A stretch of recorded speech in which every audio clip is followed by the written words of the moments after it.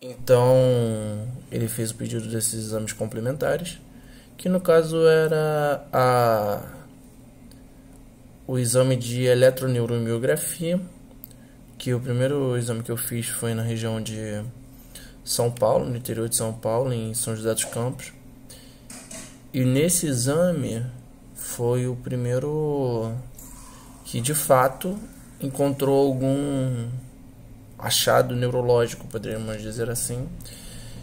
E o médico, ele, pelo laudo dele, ele enxergou uma polineuropatia sensitivo-motora nos 4 membros, no caso, né? E só que os outros neurologistas que eu já fazia acompanhamento discordaram um pouco da, da analogia, né, que ele fez sobre o meu quadro e discordavam.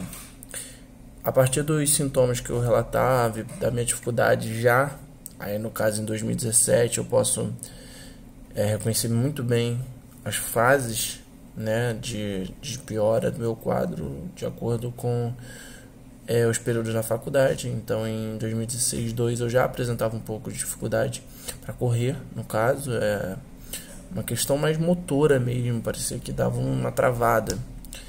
Em 17/1 eu já comecei a sentir dificuldade para 2017, primeiro semestre no caso, senti dificuldade para descer rampas, subir, eu não tinha nenhum problema muito aparente no momento, as pessoas não notavam tanto eu andando na rua também, se eu tinha algum problema ou algo do tipo. Em 17/2 foi quando eu dei uma boa, digamos assim, uma boa piorada. Então eu comecei a sentir pouco não, eu notei uma perda de sensibilidade nos meus pés, que eu sinto até hoje, e dificuldade de equilíbrio, principalmente. Então, isso foi aproximadamente no semestre de 2017/2, as pessoas já notavam mais essa dificuldade, ainda perguntavam o que estava acontecendo e coisas do tipo. Então, e a gente foi continuando com o estudo, né, para tentar identificar o que poderia estar ocasionando aquilo. E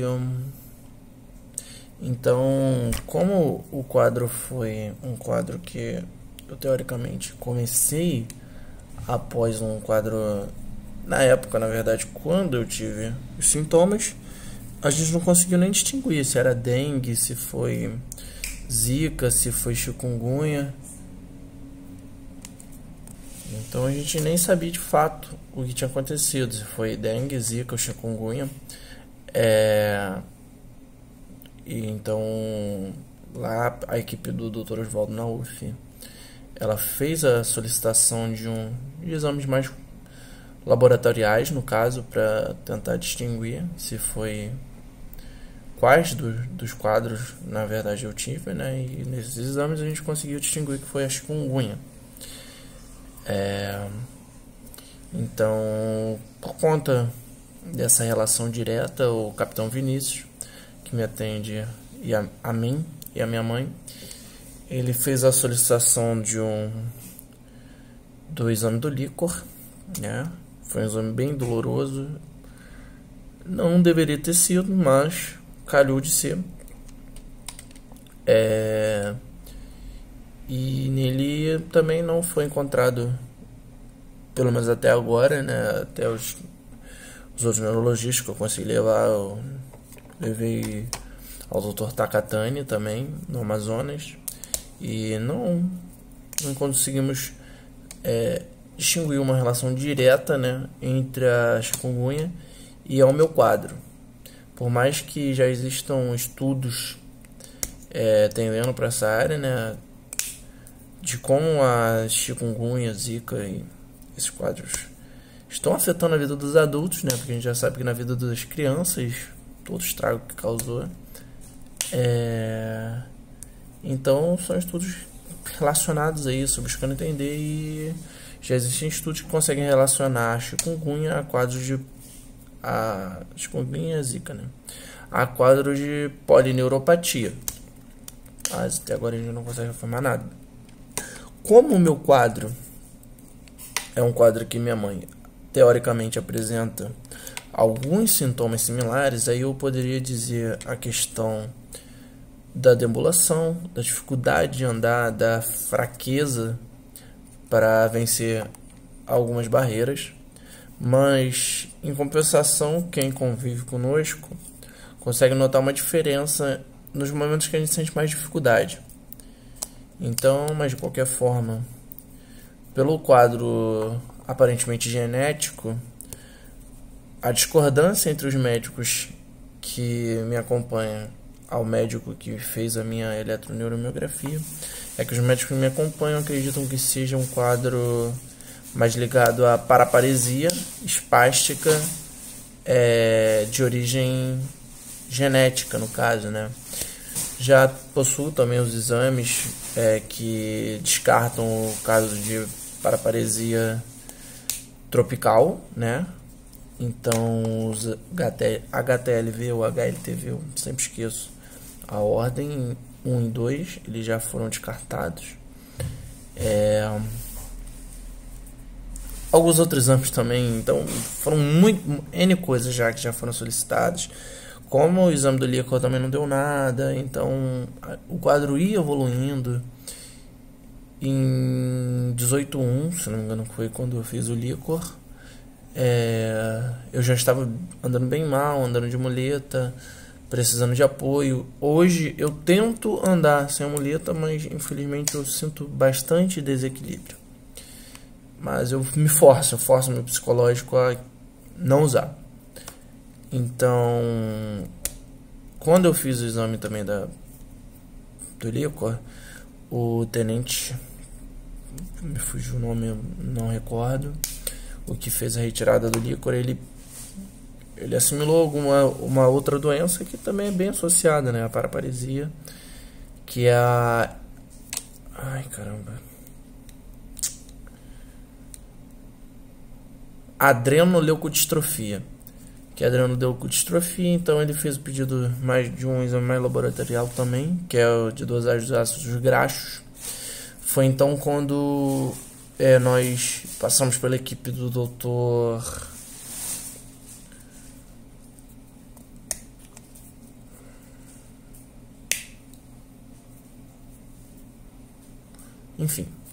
foi a equipe quando passamos então pela USP em Ribeirão Preto,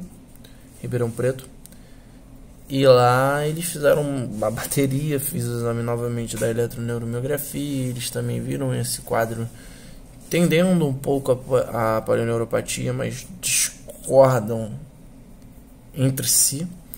Então o diagnóstico, entre aspas, que nós fechamos por lá seria uma paraparesia de origem hereditária do tipo complicada. Por que do tipo complicada? Porque além desses sintomas eu apresento ataxia, dificuldade de ficar em pé, né? Por mais que seja de olho aberto, eu sinto uma dificuldade para isso. E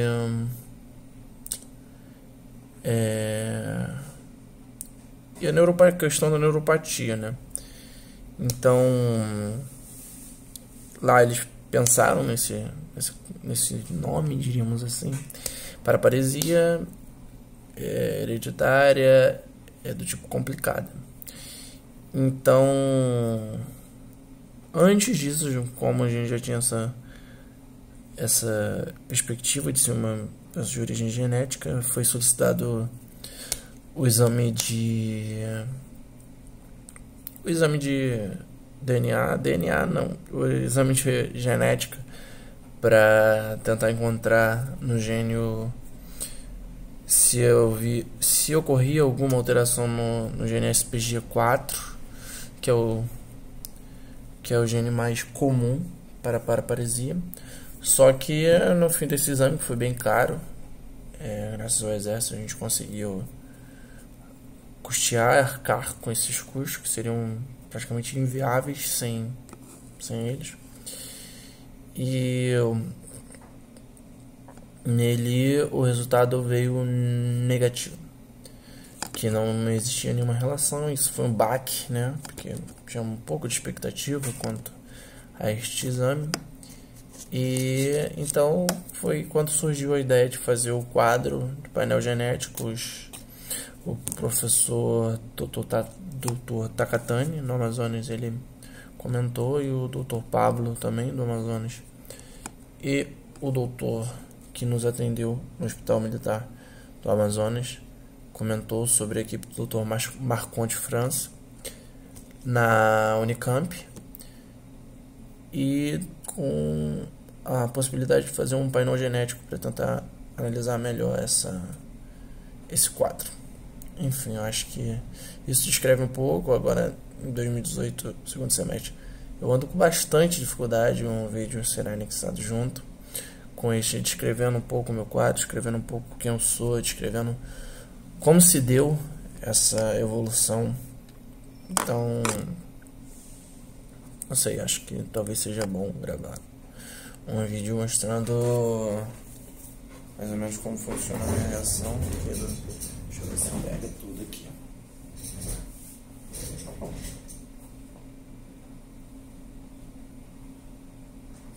Olho fechado.